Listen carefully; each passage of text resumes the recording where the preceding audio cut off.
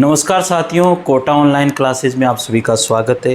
मित्रों, आपका प्यार हमेशा सर आँखों पर रहे और हमेशा आप इस तरह से प्यार देते रहेंगे। वीडियो को ज़रूर शेयर करें, लाइक ज़रूर करें साथियों। बस इतनी सी रिक्वेस्ट है आपसे कि वीडियो को शेयर कर दीजिए, आपके जो भी ग्रुप वगैरह जो हो, और लाइक कर दीजिए। बस इतनी सी रिक्वेस्ट करते हैं मित्रों, और तो क्या ही रिक्वेस्ट करें, ठीक है। हाँ, एक चीज़ मैं ज़रूर बताता हूँ हर बार कि सेकंड ग्रेड की जो टेस्ट सीरीज़ है, कोटा ऑनलाइन जो ऐप है उसके ऊपर डली हुई है। ऐप का लिंक मैंने डिस्क्रिप्शन में दिया हुआ है, आप वहां से ज़रूर ज्वाइन कीजिए। परिणाम के नाम से सेकंड ग्रेड की जो है सेकंड पेपर हिंदी की टेस्ट सीरीज है साथ। अब मैं उसमें वीडियो भी डाल रहा हूँ, तो वो भी आपको मिलते रहेंगे। तो मित्रों, बहुत फ़ायदा होगा, बहुत तगड़े प्रश्न हैं। आप एक टेस्ट दे करके देखें, आपको मज़ा आ जाएगा कि वाकई में टेस्ट है यार।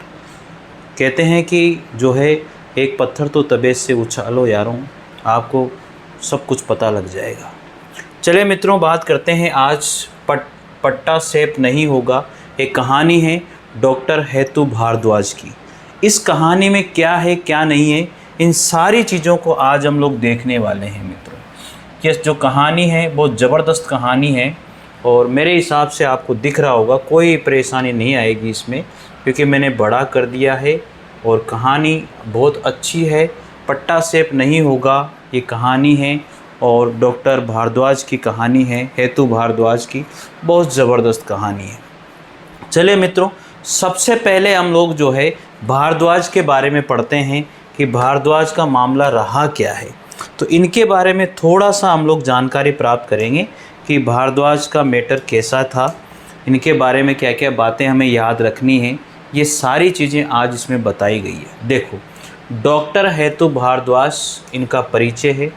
पहला पॉइंट है, डॉक्टर हेतु भारद्वाज का जो जन्म है साथियों, 15 जनवरी 1937 को रामनेर ग्राम, रामनेर तो क्या था, गांव था, और ज़िला था बुलंदशहर, मेरठ, उत्तर प्रदेश में इनका जन्म हुआ। तो जन्म तो और मृत्यु तो पूछी जाती नहीं है, तो इससे तो कोई घबराने वाली बात नहीं है।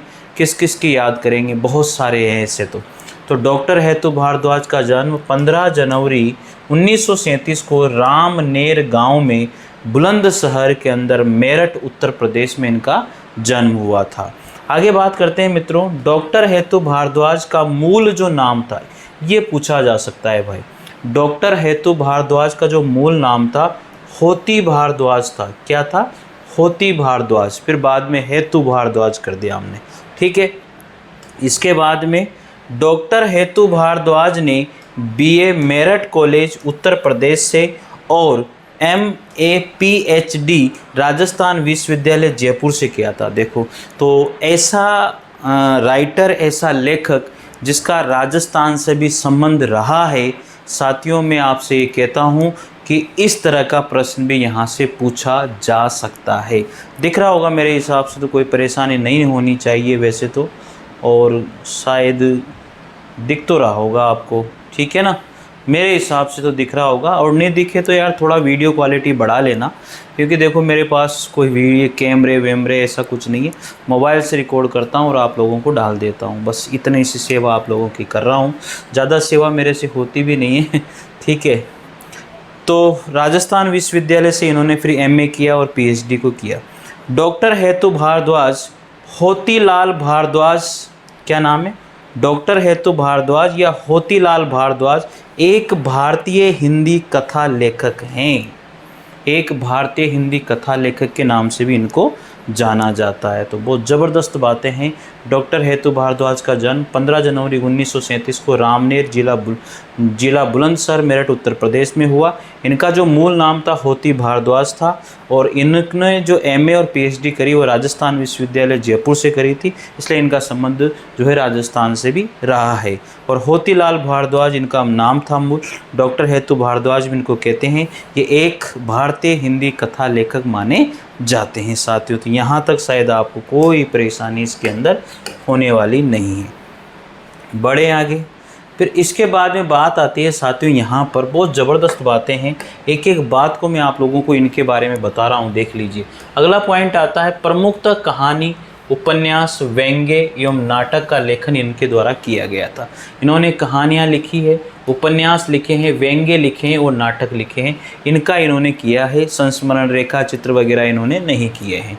आगे बात करते हैं, भारद्वाज भाषा की समकालीन शैली में लिखते थे। कौन सी शैली में? समकालीन शैली में लिखते थे, समसामयिक शैली में। और अब तक 20 से अधिक उपन्यास, लघु कथा संग्रह प्रकाशित कर चुके हैं। अब तक इनके कितने उपन्यास और लघु कथा संग्रह प्रकाशित हो चुके हैं? 20। ठीक है, आगे बात करते हैं। डॉक्टर भारद्वाज को 1980 में और फिर 1993 में राजस्थान साहित्य अकादमी पुरस्कार से सम्मानित किया गया था। साथ ही 2 बार राजस्थान साहित्य अकादमी पुरस्कार इनको मिला है। एक तो 1980 में मिला और एक 1993 में इनको मिला है।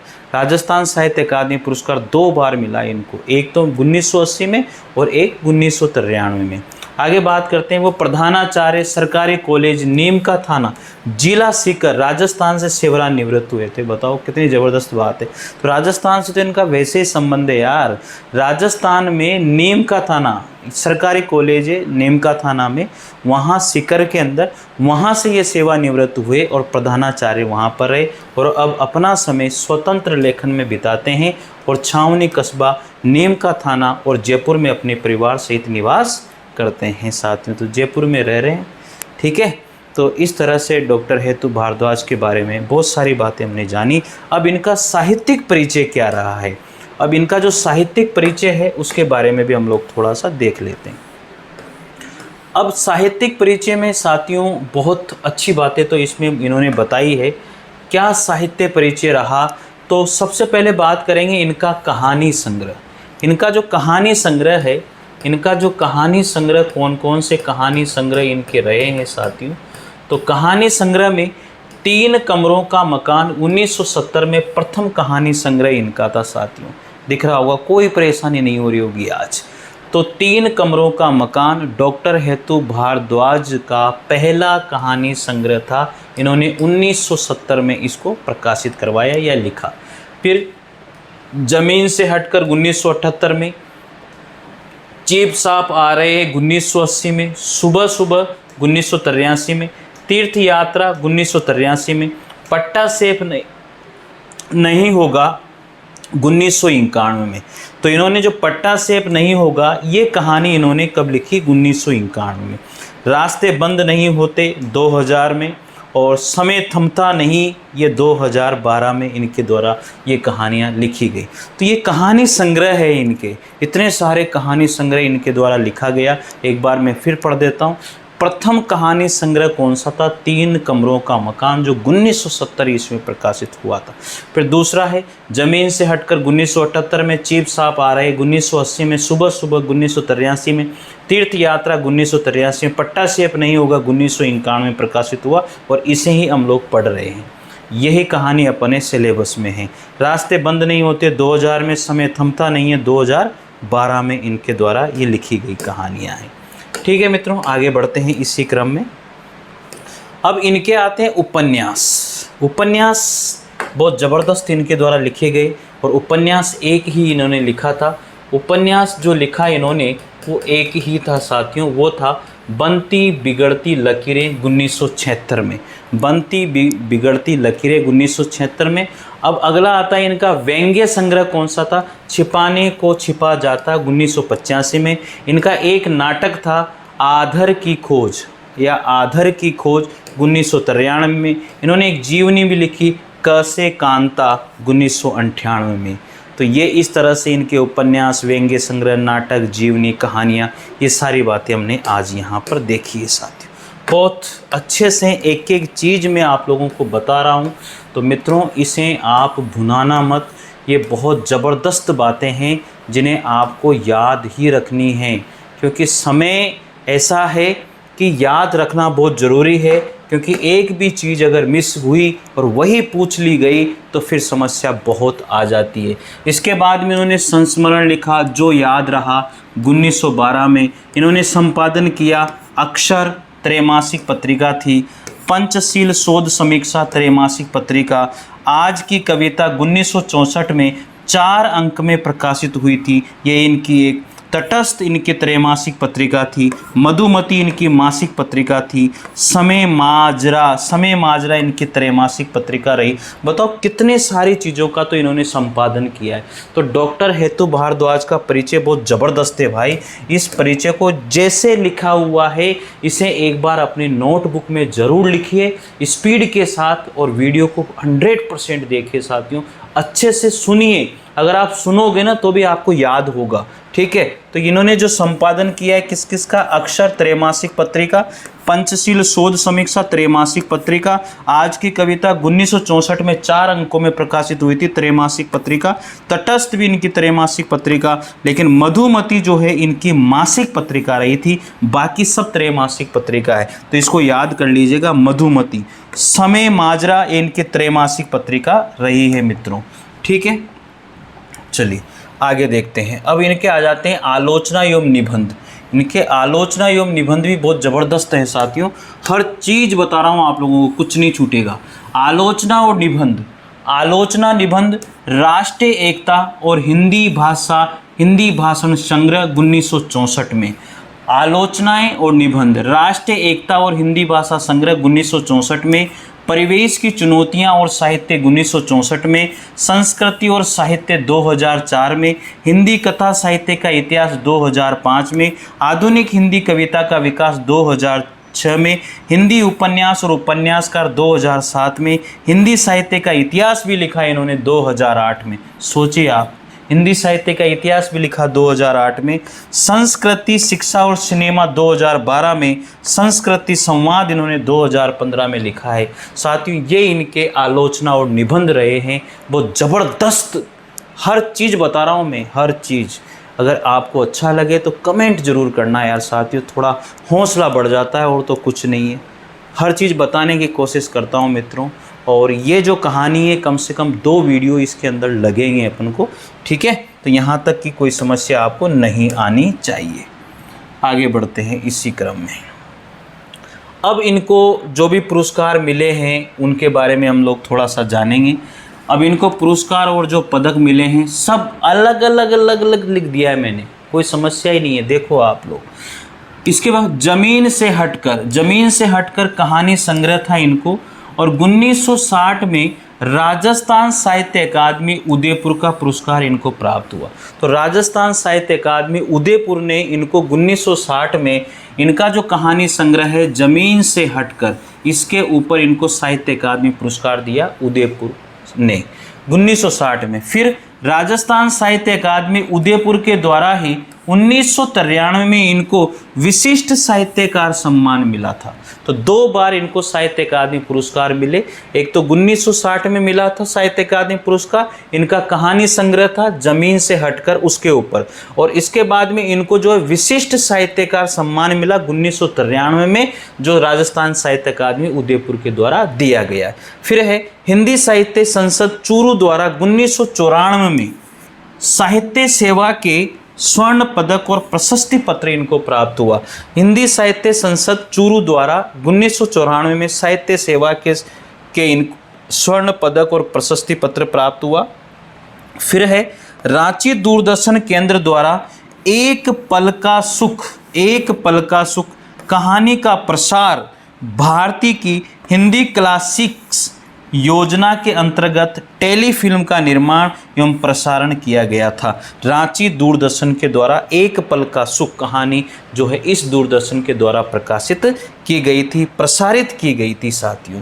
तो ये इनके पुरस्कार और सम्मान थे जो मैंने आप लोगों को बताए हैं।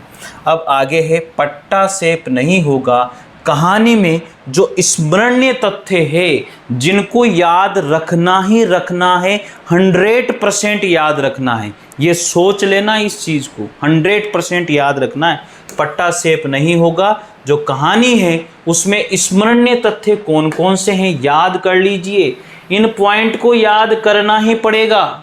डॉक्टर हेतु भारद्वाज की कहानी है, ये सोच लेना। तो देखो इसके अंदर एक एक बात बता रहा हूँ साथियों। यहाँ पर देखो, पट्टा सेप नहीं होगा शीर्षक कहानी संग्रह में संकलित है। तो ये पट्टा सेप नहीं होगा एक कहानी संग्रह में संकलित है।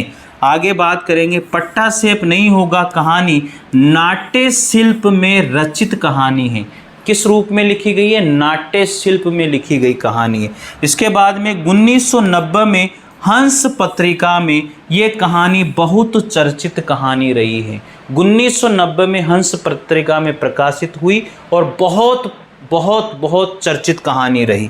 1947 में मिली आज़ादी की पृष्ठभूमि पर आधारित कहानी ये रही है। तो ये जो कहानी है साथियों, इस कहानी का सबसे मोस्ट पॉइंट, वीआईपी पॉइंट जो ये है यही है। 1947 में मिली आज़ादी की पृष्ठभूमि पर आधारित कहानी है। तो इस कहानी में हम लोग क्या पढ़ेंगे? 1947 में जो हमें आज़ादी मिली है उस पृष्ठभूमि पर यह कहानी लिखी गई है। तो साथियों ये कहानी ये हमें बताएगी। तो इस कहानी में हम क्या देखेंगे? 1947 में मिली आज़ादी की पृष्ठभूमि पर आधारित कहानी है जो हम पढ़ेंगे। आगे है, प्रजातंत्र के छद्म वेश में सत्ता लोलुपता। प्रजातंत्र के छद्म वेश में सत्ता लोलुपता एवं तानाशाही के नाटक की जिसका कभी पट्टासेप नहीं होगा जीवंत एवं यथार्थ प्रस्तुति है।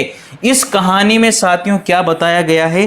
प्रजातंत्र के छद्म वेश में एवं तानाशाही के नाटक की जीवंत और एवं यथार्थ प्रस्तुति की गई है।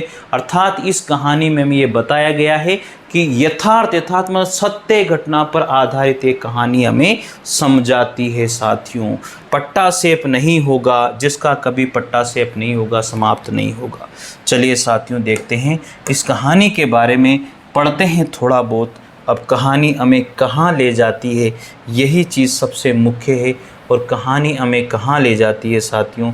इस कहानी में बहुत सारी बातें ऐसी है जो हमें जाननी चाहिए और बहुत सारी बातें ऐसी है जो हमें हमेशा के लिए जानना बहुत ज़रूरी। स्मरणीय तथ्य हम लोग पढ़ रहे हैं साथियों। तो स्मरणीय तथ्यों में आगे चलते हैं। स्मरणीय तथ्य आगे और बहुत सारे हैं जो हमें याद रखने हैं, बहुत एक एक पॉइंट याद रखने हैं। अगला स्मरणीय तथ्य आता है, बहुत ज़बरदस्त है साथियों।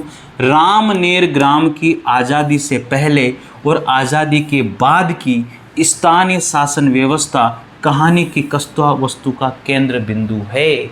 इस कहानी का जो कथा वस्तु है उसका केंद्र बिंदु क्या है साथियों? रामनेर ग्राम की आज़ादी से पहले और आज़ादी के बाद की स्थानीय शासन व्यवस्था की कहानी की कथा वस्तु का केंद्र बिंदु है। तो ये बिंदु भी साथियों वीआईपी है, इसको भी अच्छे से याद कर लेना। अगला पॉइंट है, इस कहानी का कथा चक्र रामनेर ग्राम के इर्द गिर्द घूमता है। इस कहानी का जो कथा चक्र है वो इसी गांव के इर्द गिर्द घूमता है, रामनेर जहाँ इनका जन्म हुआ। इस कहानी के विकास के 5 चरण कौन कौन से हैं? प्रारंभ, प्रयत्न, प्राप्त आशा, नेतांत या नियत आपत्ति और फलागम। वास्तव में नाटक की कथा वस्तु की 5 कार्य अवस्थाएं जिनके माध्यम से कहानीकार ने आज़ादी के पूर्व से आज तक प्रजातंत्र की आड़ में चल रहे सत्ता लोलुपता के नाटक का पर्दाफाश किया है। ये सबसे मुख्य है। इसके 5 चरण हैं। 5 चरणों के नाम दिए गए हैं। प्रारंभ, प्रयत्न, प्रारंभ हुआ, फिर उस प्रारंभ होने लड़ाई प्रारंभ हुई तो और अब प्रयत्न किए गए, फिर इसके बाद में प्रत्याशा हुई, उसमें अंदर चले गए, नेताप्ति हुई, नियत आपत्ति मतलब उसमें हमने अच्छे से काम किया, फिर फलागम हुआ और उसके बाद में हमें उसका रिजल्ट मिला। तो फलागम मतलब रिजल्ट मिला। तो ये 5, 1, 2, 3, 4 और ये 5 साथियों 5 चरण हैं इस कहानी के जो आपको याद रखना है। और पुस की रात कहानी हमने पढ़ी थी, उसके 4 चरण थे, ठीक है ना, 4 भाग या 4 खंड थे, इसके 5 चरण हैं। और इस कहानी में जो है साथियों ये 5 जो चरण हैं इनको कार्य अवस्थाएं कहा है। 5 कार्य अवस्थाएं कहा है। इस वास्तव में नाटक की कथा वस्तु के 5 कार्य अवस्थाएं कही है जिनके माध्यम से कहानीकार आज़ादी के पूर्व से आज तक प्रजातंत्र के आड़ में चल रहे सत्ता लोलुपता के नाटक का पर्दाफाश यहाँ पर कर रहा है। तो ये सबसे मुख्य बात थी जो हमने पढ़ा साथियों। इम्पोर्टेंट बातें जितनी भी थी इस कहानी में, वो सारे के सारे स्मरणीय तथ्य जितने भी थे जो हमें याद ही रखने हैं, ये सारे के सारे मैंने आपको बता दिए हैं साथियों। चलिए आगे बढ़ते हैं। अब इसी क्रम में अब आती है कहानी। एक एक कहानी के बारे में, अब ये कि पट्टा सेप नहीं होगा, कहानी का सार यहाँ पर दिया गया है। पूरी कहानी नहीं है लेकिन कहानी का एक सार हम लोग यहाँ पर पढ़ेंगे। सार पढ़ने के बाद में हमें पूरी कहानी समझ में आ जाएगी। देखो, मैंने सबसे पहले आपको डॉक्टर हेतु भारद्वाज के बारे में सब कुछ बताया। उसके बाद में कहानी के स्मरणीय तथ्य मैंने आपको बताए। उसके बाद में अब कहानी की संक्षिप्त स्टोरी में आपको बताऊंगा, जिससे आपको पूरी कहानी एक तरह से आपके माइंड में पिक्चर बन जाएगी। साथ घबराएं नहीं साथियों, मैंने आपको बोला है जितनी भी रचनाएं हैं सबको मैं यहाँ पर करवाने वाला हूँ। आपको टेंशन लेने की बिल्कुल भी ज़रूरत नहीं है। हम अच्छे से पढ़ रहे हैं और अच्छे से पढ़ेंगे। 10 दिन में ख़त्म कर दूंगा मैं आपको ये सारा का सारा मैटर रचनाओं का। उसके बाद मैं शिक्षण विधियों को उठाऊंगा। हिंदी साहित्य और ग्रामर आपकी साथ में चली रही है, तो अब क्या टेंशन है भाई। 1 महीने के अंदर कोर्स पूरा कराऊंगा। रिविज़न करते रहना वीडियो देखते हुए, ठीक है ना। टेस्ट सीरीज को ज्वाइन कर लेना। मैं फिर कह रहा हूँ, बार बार इसलिए कह रहा हूँ साथियों कि आपको उससे फ़ायदा होगा। 99 रुपीज़ में 110 रुपये में मैं आपको दे रहा हूँ। क्यों दे रहा हूँ? ये केवल ऐप का ही चार्ज है, कुछ नहीं है। मेरे को क्या चाहिए भाई, तुम सक्सेस होने चाहिए। मैं कह रहा हूँ आपसे, क्योंकि सेकंड ग्रेड में पहला पेपर दूसरा पेपर मिलकर के बनेगा। अब सेकंड पेपर सबका अच्छा होगा, मैं आपको बता देता हूँ। तो दोनों पेपर को जो है ना, अब पहला पेपर कमज़ोर अपना है तो सेकंड पेपर को ऐसा करो कि 135 के ऊपर राइट निकले। तो इस तरह से हमें कहीं ना कहीं तो जीत मिलनी चाहिए मेरे साथियों। घबराना नहीं है। कब तक घबराओगे, कब तक डरोगे, कब तक भगोगे कि ये कर लूँ वो कर लूँ? नहीं, सेकंड ग्रेड की तैयारी करो। उसके बाद में साथियों अगर आपको लगता है मैं सेकंड ग्रेड की नहीं कर सकता तो 4th ग्रेड की तैयारी करो। अगर फिर भी आपको लगता है तो 3rd ग्रेड की तैयारी करो, लेकिन तैयारी तो करनी ही है। तो सेकंड ग्रेड आई रही है, फॉर्म भरा ही है, तो तैयारी कर लो ना। 3rd ग्रेड में तो आपको टाइम मिलेगा। 3rd ग्रेड की क्यों चिंता करते हो? आपको टाइम मिलेगा 100%, क्यों टेंशन लेते हो? ठीक है ना। चलिए, पट्टा सेव नहीं होगा, कहानी का सार संक्षिप्त में समझने की कोशिश करते हैं, फिर विस्तार से इसको पढ़ेंगे। सब कुछ मैंने आपको बता दिया है, वैसे तो कोई दिक्कत वाली बात नहीं है। पट्टा सेप नहीं होगा, पहला पॉइंट है पट्टा सेप नहीं होगा। कहानी देश की आज़ादी से शुरू होती है। ये कहानी देश की आज़ादी से शुरू होती है, जिसमें देश के साथ ही रामनेर गांव की आज़ादी की बात से कथाकार पूरे माहौल की रचना करता है। गांव का ठाकुर पहले की तरह ही मुखिया बना हुआ है। इस मुखिया के ब्राह्मण पूज्य सहयोगी हैं। इस मुखिया के ब्राह्मण पूज्य सहयोगी हैं। इसके अलावा शेष निर्धन वंचित जातियों के लोग इनके शोषण के लिए अभिशप्त से लगते हैं। साथियों, गांव में एक मुखिया है और जो ब्राह्मण पूज्य इसके सहयोगी हैं, और निर्धन लोग जो है वहाँ पर रहते हैं और वो अभिशप्त शोषण की तरह वहाँ पर हैं।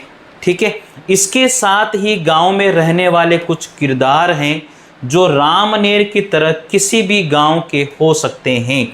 इस गांव में समतावादी समाज के नाम पर लोकतंत्र का जो नाटक पहले चुनावों से चला आ रहा है वह आज भी जारी है। जो पहले से चला आ रहा है वो आज भी ऐसा नाटक यहाँ पर जारी है साथियों। चलिए, ये नाटक आज भी चल रहा है। ठीक है। अब बात आती है साथियों अगले पॉइंट की, और पॉइंट बहुत तगड़ा है। देखो, रामनेर गांव का ठाकुर आज़ादी के बाद भी गांव का मुखिया बना हुआ है। रामनेर गांव का जो ठाकुर है आज़ादी के बाद भी गांव का मुखिया बना हुआ है। फिर है सबसे बड़ी बात यह है कि इस कहानी में कोई पात्र नहीं है। ये सबसे मुख्य बात है जो आप याद करना। सबसे बड़ी बात है, इस कहानी में कोई पात्र ही नहीं है, बस मुखिया गांव वाले, इस तरह की बातें इसमें चली आ रही है। इस गांव में समतावादी समाज के नाम पर लोकतंत्र का जो नाटक चुनाव से पहले चल रहा था वह आज भी जारी है। चुनाव आ रहे होंगे, उससे पहले जो भी लोकतंत्र का जो नाटक चल रहा था वो आज भी जारी है।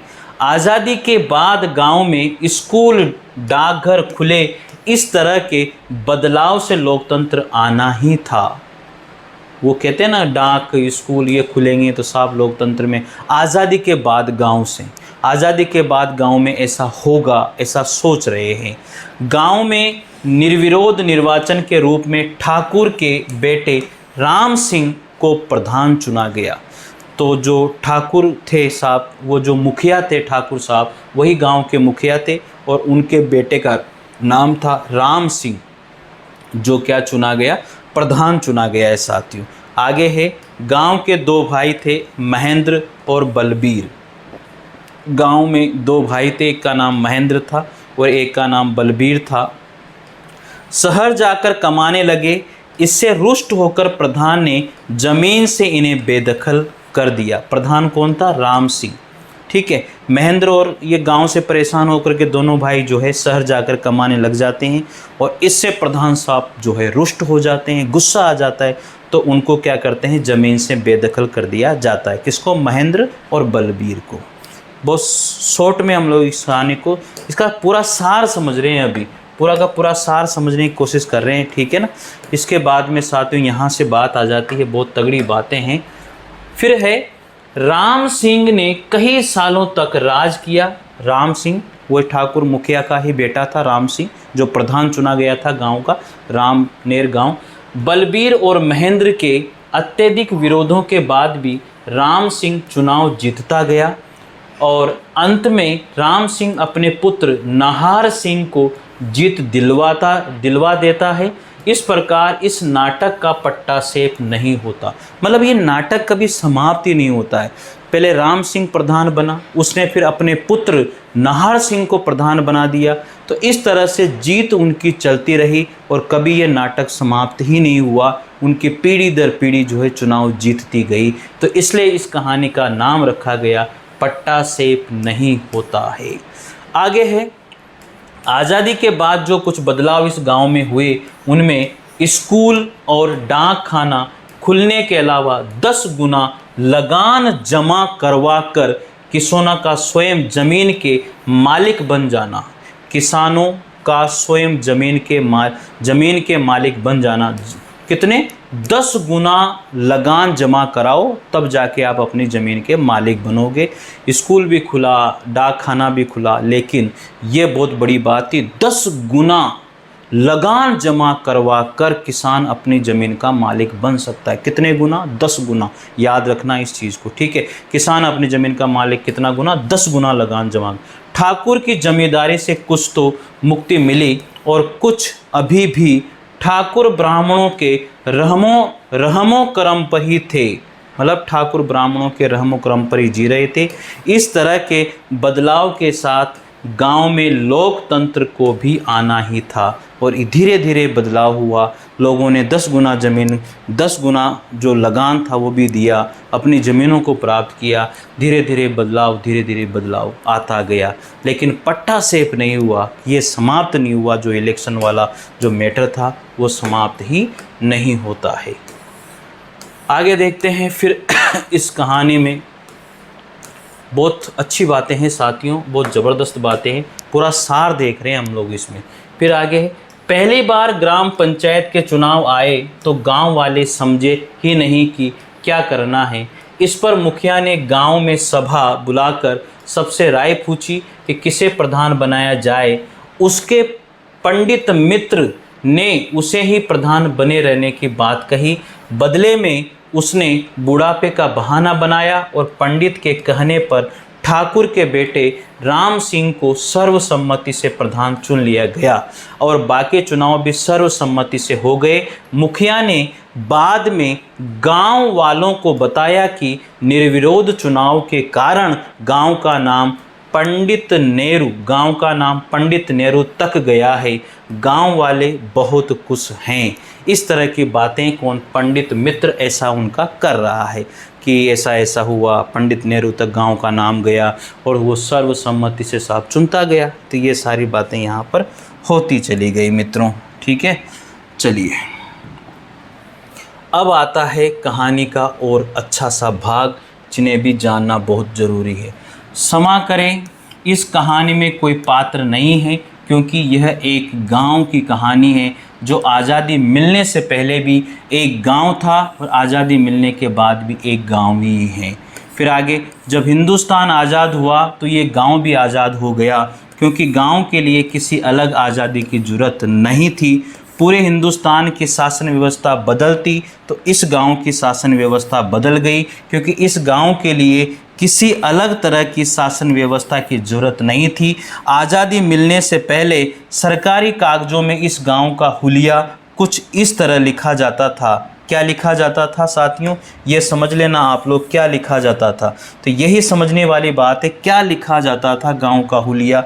देखिए आप लोग कैसे कैसे लिखा जाता था गांव का हुलिया, यहाँ पर ये चीज़ समझने वाली बात है साथियों। तो देखो गांव का हुलिया कैसे लिखा गया, देखो यहाँ पर। अब गांव का हुलिया कैसे लिखा होगा, मेरे तो यही दिक्कत वाली बात है कि गांव का हुलिया आप कैसे लिख रहे हो। ठीक है, देखो गांव का हुलिया लिख रहे हैं साहब, कैसे लिख रहे हैं समझो। हाँ, मौजा, रामनेर, डाकखाना, थोरह, परगना, जेवर, थाना, जेवर, इस तरह से देखो। मौजा, मौजा क्या है, रामनेर। डाकखाना क्या लगता है, तोरह। परगना क्या लगता है, जेवर। थाना क्या लगता है, जेवर। तहसील क्या लगती है, खुर्जा। ठीक है, जिला क्या लगता है, बुलंदशहर। यूनाइटेड प्रोविजंस क्या लगता है, यूनाइटेड प्रोविजंस। जबकि आज़ादी मिलने के बाद ये हुलिया इस तरह लिखा जाने लगा। कैसे लिखा जाने लगा, गांव पोस्ट रामनेर, जिला बुलंदशहर, उत्तर प्रदेश। बस आज़ादी मिलने के बाद में इस तरह से लिखा जाने लगा। आज़ादी ने इस गांव के हुलिया को कितना तब्दील कर दिया, क्योंकि सारे देश के गांवों का हुलिया बदल गया था।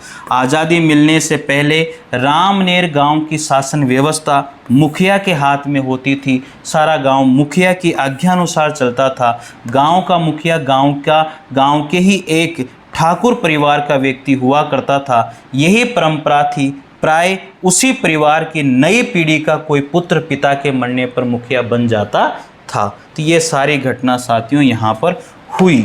अब वो कंटिन्यू चल रहे हैं, इसलिए तो कहा गया पट्टा सेप ही नहीं हुआ। ऐसा इन्होंने इसलिए तो बुरा कि मुखिया बन जाता था। इस परंपरा का कभी किसी ने विरोध ही नहीं किया, न तो इसका विरोध करने की किसी ने आवश्यकता समझी और न विरोध करने की कोई हिम्मत जुटा पाया। पर आज़ादी मिलने के बाद भारत में एक संविधान लागू हुआ जो समूचे देश में एक समतावादी समाज स्थापित करने के लिए बनाया गया था। जाहिर है कि रामनेर गांव में भी समतावादी समाज की स्थापना होनी थी, क्योंकि भारत की आत्मा तो रामनेर जैसे गांव में ही निवास करती है और इस गांव के हिस्से में भी उस आत्मा का कोई छोटा सा हिस्सा तो आता ही होगा। आज़ादी से पहले गांव में ठाकुरों का राज था, क्योंकि मुखिया ठाकुर ही होता था, इसलिए ठाकुरों का टसका था। इसलिए ठाकुरों का क्या था साथियों, टसका वहाँ पर था। आगे बात करते हैं। फिर यहाँ पर ब्राह्मण उनके लिए पूज्य थे और वे ठाकुरों की पुरोहिताई करते थे। चमार, कोली, धीवर, कुम्हार, धोबी, भंगी आदि जातियों के लोग तो ठाकुरों के लिए रियाया थे और उनका काम ठाकुर ब्राह्मणों की टहल करना होता था। वे लोग ठाकुर ब्राह्मणों की टहल करने या कहिए उनके अत्याचारों को सहने करना ही अपना भाग्य मानते थे। ये गरीब लोग बेचारे। ठीक है, ये काम कब से चला आ रहा है ये तो मुझे पता नहीं, पर इतना तय है कि ये सब तभी से चला होगा जब से इस गांव का जन्म हुआ होगा। फिर आगे बात करते हैं। मैंने पहले ही कहा था कि ये गांव की कहानी है और इसमें कोई पात्र नहीं है, और जो लोग इस कहानी में विद्यमान हैं उन्हें इस गांव का कैसे कहूँ, वैसे वे लोग इस गांव के हिस्से भर हैं। रामनेर गांव की ये कहानी एक अनवरत चलने वाला नाटक है, पर यह नाटक नहीं है, कहानी है। इस नाटक की शुरुआत भारत को आज़ादी मिलने के बाद शुरू हुई थी और नाटक बराबर चल रहा है बिना किसी पट्टा सेब के। आज तक भी ये ऐसा समाप्त हुआ ही नहीं वहाँ पर, आज भी ये कहानी वहाँ पर चल रही है साथियों। तो मित्रों, ये था एक मैंने आपको क्या बताया आज के वीडियो। मैंने आपको जो बताया मैं समझा देता हूँ। पहले हेतु भारद्वाज के बारे में उनका पूरा परिचय हमने पढ़ा, फिर कहानी का परिचय पढ़ने के बाद में उन्होंने निबंध, कहानियाँ जो भी लिखी, उन्होंने सारे के सारे उपन्यास वगैरह सब लिखे, वो मैंने आपको बताए। उसके बाद में इस कहानी के महत्वपूर्ण तथ्य मैंने आपको बताएं, स्मरणीय तथ्य आपको बताएं। फिर इस कहानी का मैंने आपको जो संक्षिप्त सार है वो मैंने आपको बताया है। अब पट्टासेप नहीं होगा, ये एक मूल कहानी है जिसको अब हम लोग पढ़ेंगे। साथियों, अगले वीडियो में पढ़ेंगे हम इसको। तो तब तक के लिए आज्ञा चाहता हूँ और आज्ञा दीजिए। अगला वीडियो भी आप लोगों को, मतलब वीडियो रोज़ कहानी के आपको मिलते रहेंगे साथियों। जैसे कहानी पूरी होगी वैसे हम लोग क्वेश्चन भी करेंगे, तो वो भी एक अलग से वीडियो होगा या साथ में बन जाएगा। ठीक है मित्रों, तो धन्यवाद। इसी तरह से प्यार बनाए रखें और टेस्ट सीरीज़ को ज़रूर ज्वाइन कीजिएगा, पढ़ते रहिएगा।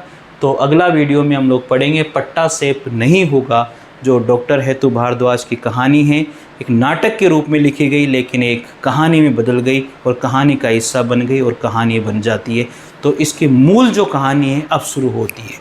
धन्यवाद साथियों, अगले वीडियो में मिलते हैं। जय हिंद, जय भारत। Thank you.